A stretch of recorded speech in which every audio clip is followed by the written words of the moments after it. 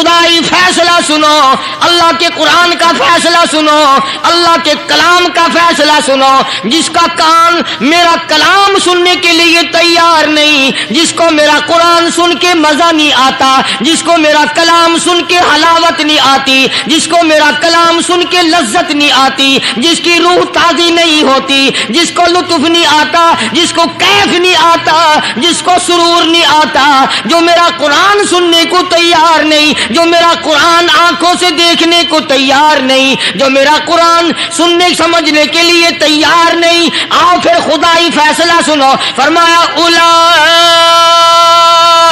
کالانعام، میرا فیصلہ نہیں، کسی پارٹی کا فیصلہ نہیں، کسی فرقے کا نہیں، کسی طبقے کا نہیں، کسی جماعت کا نہیں۔ فرمایا اولئک الانعام، پیدا کرنے والا مالک و خالق کہتا ہے مجھے اپنی کبریائی کی قسم یہ سارے جانور ہیں کہ حوادثات اور تھپیڑوں سے بچ کر اللہ اور اس کے رسول کریم صلی اللہ علیہ وسلم کا ہر وقت ذکر خیر کرنے والے بندے۔ اصل میں بندے یہی لوگ کہلانے کے حقدار ہیں۔ میری تیری غلطی ہے کہ ہم اپنے آپ کو بندہ سمجھتے ہیں۔ بندہ بننا بڑا مشکل ہے۔ صوبے سندھ سکھر کے علاقے میں حضرت مولانا تاج محمد صاحب امروٹی رحمت اللہ علیہ بہت بڑے بزرگ اور عالم گزرے ہیں۔ ان کے زمانے کا واقعہ ہے کہ ایک مسجد کا خادم تھا، مسجد کا جھاڑو دینے والا، صفیں بچھانے والا۔ اس زمانے میں بجلی کہاں تھی، مسجد میں پانی بھرنے والا، مسجد کی صفائی کرنے والا، مسجد کا خادم جس کی آج ہمارے یہاں کوئی حقیقت نہیں، کوئی مقام نہیں۔ حالانکہ حدیث پاک میں آتا ہے کہ جس کو اللہ پاک اپنے دربار کا خادم بنا لے اسے اور کیا چاہیے۔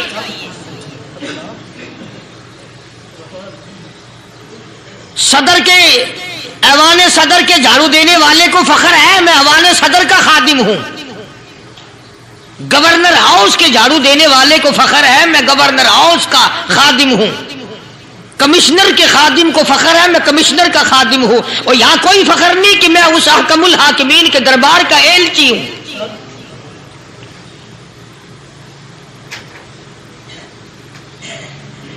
ایسا آدمی جب اللہ کے دربار میں پیش ہوگا اور اللہ پاک پوچھے گا کہ تو دنیا میں کیا کیا کرتا تھا، جواب دے گا الہی اپنے دربار سے پوچھ۔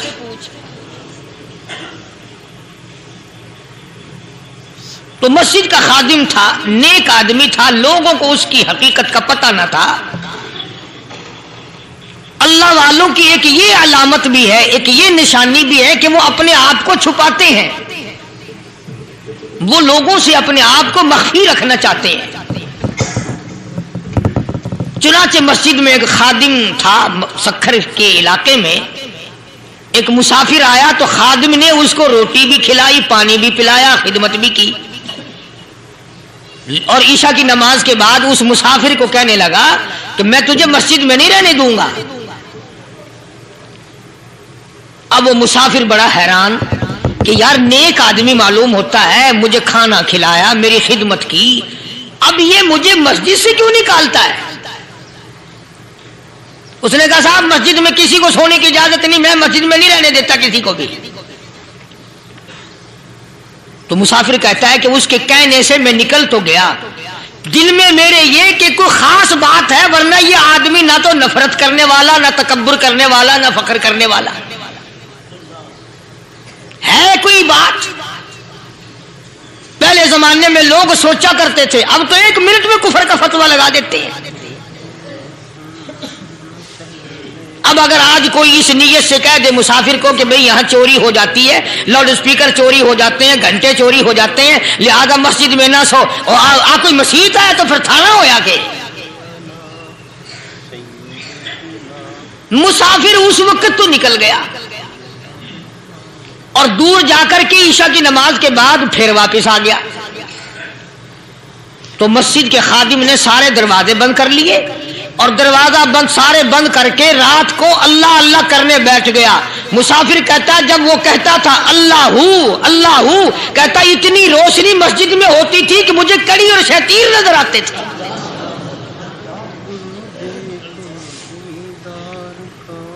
ساری رات وہ نہ سویا. یہ جو جھنڈے لگا کے بیٹھے ہیں انہیں کون ولی کہتا ہے؟ ولی کو جھنڈا لگانے کی ضرورت کیا پڑی ہے؟ صبح ہوئی اذان سے کچھ دیر پہلے اس مسجد کے خادم نے دروازے کھولے, لوگ آ گئے. اب اس مسافر نے تو حال دیکھ لیا تھا. صبح کی نماز کے بعد کہنے لگا حضرت جی آپ نے چھپانے کی تو بڑی کوشش کی پر میں نے پھر بھی دیکھ لیا, میرے لیے دعا فرماؤ, میرے لیے کوئی دعا فرماؤ.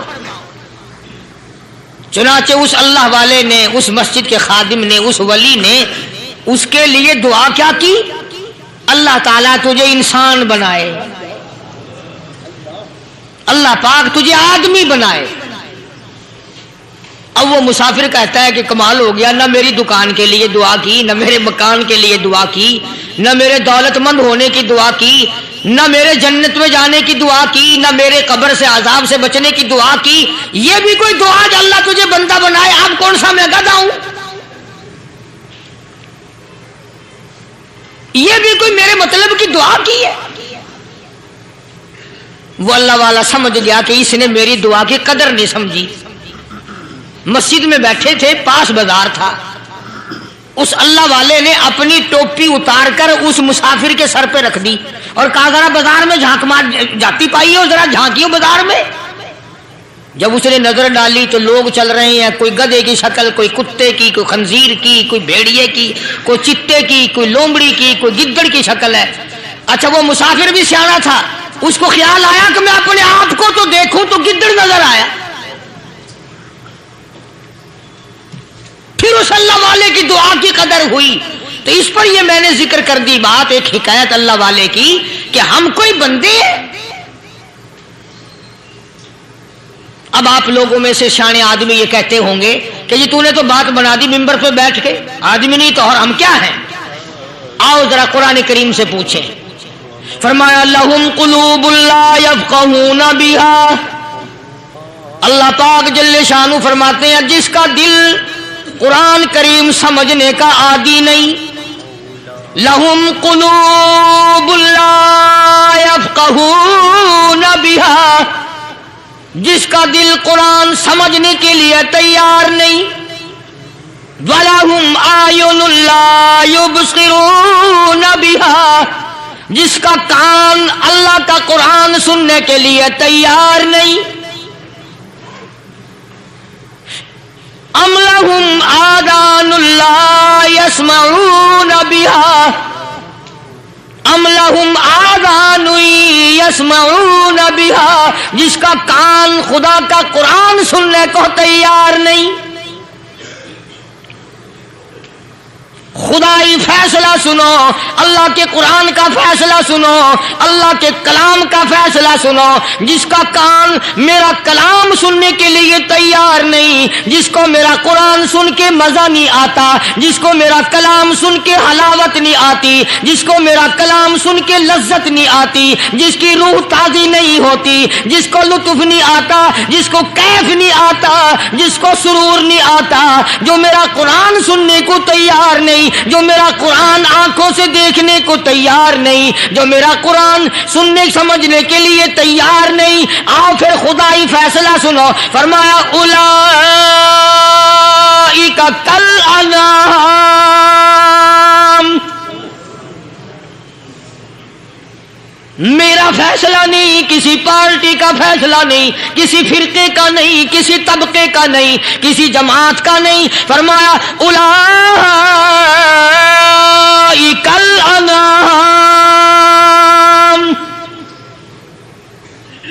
پیدا کرنے والا مالک و خالق کہتا ہے مجھے اپنی کبریائی کی قسم یہ سارے جانور ہیں,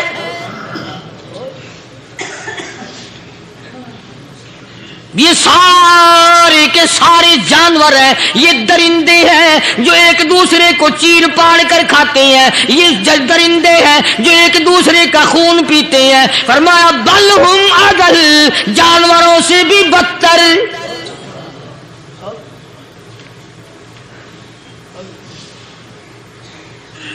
جس کے دل میں قرآن سن کر ترس نہیں، جس دل میں رحم نہیں، اپنے سے کمزور دیکھ کر جس کے دل میں شفقت نہیں، مہربانی کا مادہ نہیں، فرمایا وہ کوئی بندہ ہے، وہ تو جانور ہے۔ اور خدا غضب میں آ گیا، فرمایا بل ہم اضل، اس سے بھی بدتر۔ اللہ والے جو ہیں وہ ان خصلتوں کو دور کراتے ہیں، اور وہ آدمی کے مزاج اور دل میں سے ایسی چیزیں نکالتے ہیں جو اس کی بربادی کا ذریعہ بنتا ہے۔ دل کی بیماریوں کا کسی کو فکر نہیں، بخار ہو جائے آپ چڑھ جائے آپ کو پتہ چل جاتا ہے، نزلہ ہو جائے آپ کو پتہ چل جاتا ہے، کھانسی ہو جائے پتہ چل جاتا ہے، دل کی بیماریوں کا کیا پتہ چلے؟ صحابہ اکرام رضوان اللہ تعالی علیہ مجمعین کی جماعت کے اللہ پاک کے محبوب حضرت محمد الرسول اللہ صلی اللہ تعالی علیہ وسلم نے دلوں کی صفائی کی۔ پہلے لوگ جھونپڑیوں میں کچے کوٹھوں میں رہتے تھے، نہ اتنی صفائی تھی نہ اتنی ترقی تھی۔ آج برتنوں کی صفائی دیکھو، کپڑوں کی صفائی دیکھو، مکان کی صفائی دیکھو، رات دن بس اسی دھندے میں لگے ہوئے، سارا دن برتن دھونے سے فرصت نہیں، سارا دن کپڑوں کے بناؤ اور سنوار میں فرصت نہیں۔ تو اللہ والے ایسے موقع پر بڑی عجیب بات کہتے ہیں، وہی مجذوب ہے، مجذوب علی رحمت کہتے ہیں بظاہر تو ہر شے میں بے حد صفائی، بظاہر تو ہر شے میں بے حد صفائی، مگر دل میں ہے گندگی انتہائی۔ بظاہر تو ہر شے میں چہرے کی صفائی، بدن کی صفائی، نہ جانے کتنی قسم کا صابن ہے، نہ جانے کتنی قسم کے پاؤڈر ہے، نہ جانے کتنی قسم کے شیمپو ہیں، نہ جانے کتنی قسم کے کپڑے ہیں، کیا چال ڈھال ہے، کیا نئے نئے ڈیزائن ہے۔ مجذوب کہتا سب کچھ دیکھ لیا، بظاہر تو ہر شے میں بے حد صفائی، مگر دل میں ہے گندگی انتہائی۔ جس یار کی بیٹھک میں بیٹھ کے کھانا کھایا، جس رشتہ دار کی بیٹھک میں بیٹھ کے کھانا کھایا، اسی کی بہن کو دیکھ کر آبرو پہ ڈاکہ ڈالنے کا پروگرام ہے۔ جس دوست کے گھر میں بیٹھ کے کھانا کھایا، اسی دوست کی بیوی کی عزت لوٹنے کا پروگرام ہے۔ پرانے زمانے میں اب بھی دلی جیسے شہر میں اگر دعوت کی جاتی ہے تو وہاں ایک تشتری میں نمک آتا ہے سب سے پہلے۔ عرب میں بھی دستور تھا پرانے زمانے میں، اگر کوئی دعوت کرتا، کوئی تقریب کرتا، سب سے پہلے نمک آتا تھا۔ ایک ایک انگلی ہر شخص نمک چاٹتا تھا۔ کیا مطلب؟ جس نے نمک چاٹ لیا اب وہ نمک حرامی نہیں بنے گا۔ اس گھر میں چوری کرنا، اس گھر کی آبرو کا غلط تصور لانا، اس گھر کے مال میں خیانت کرنا وہ حرام سمجھتا تھا جس گھر کا میں نے نمک چکھ لیا۔ اور مسلمانوں کی بات نہیں، ہندوؤں کی بھی یہ باتیں تھی۔ مولانا محمد علی صاحب جلندری سب قید رحمت اللہ علیہ فرمایا کرتے تھے کہ ایک سکھ تھا بہت بڑا ڈاکو، مسلمان اور ہندو مل کر اس کو ساتھ ملا کر کے لے گئے کہ یہاں اس گاؤں میں اس پنڈ میں ڈاکہ ڈالے۔ سفر کر کے گئے، تکلیف اٹھا کے گئے۔ اس سکھ ڈاکو نے پوچھ لیا کہ یہ کون سا گاؤں ہے کہ یہ فلانا ہے۔ اچھا سارے کے سارے یہ تلاش کرو، یہ سوچ بچار کرو، اپنے پنڈ کی، اپنے علاقے کی، کسی مسلمان کی، کسی ہندو کی، کسی سکھ کی، کسی چوڑے چمار کی اس گاؤں میں لڑکی تو نہیں؟ ہمارے یہاں سے کوئی لڑکی تو شادی ہو کے یہاں نہیں آئی ہوئی۔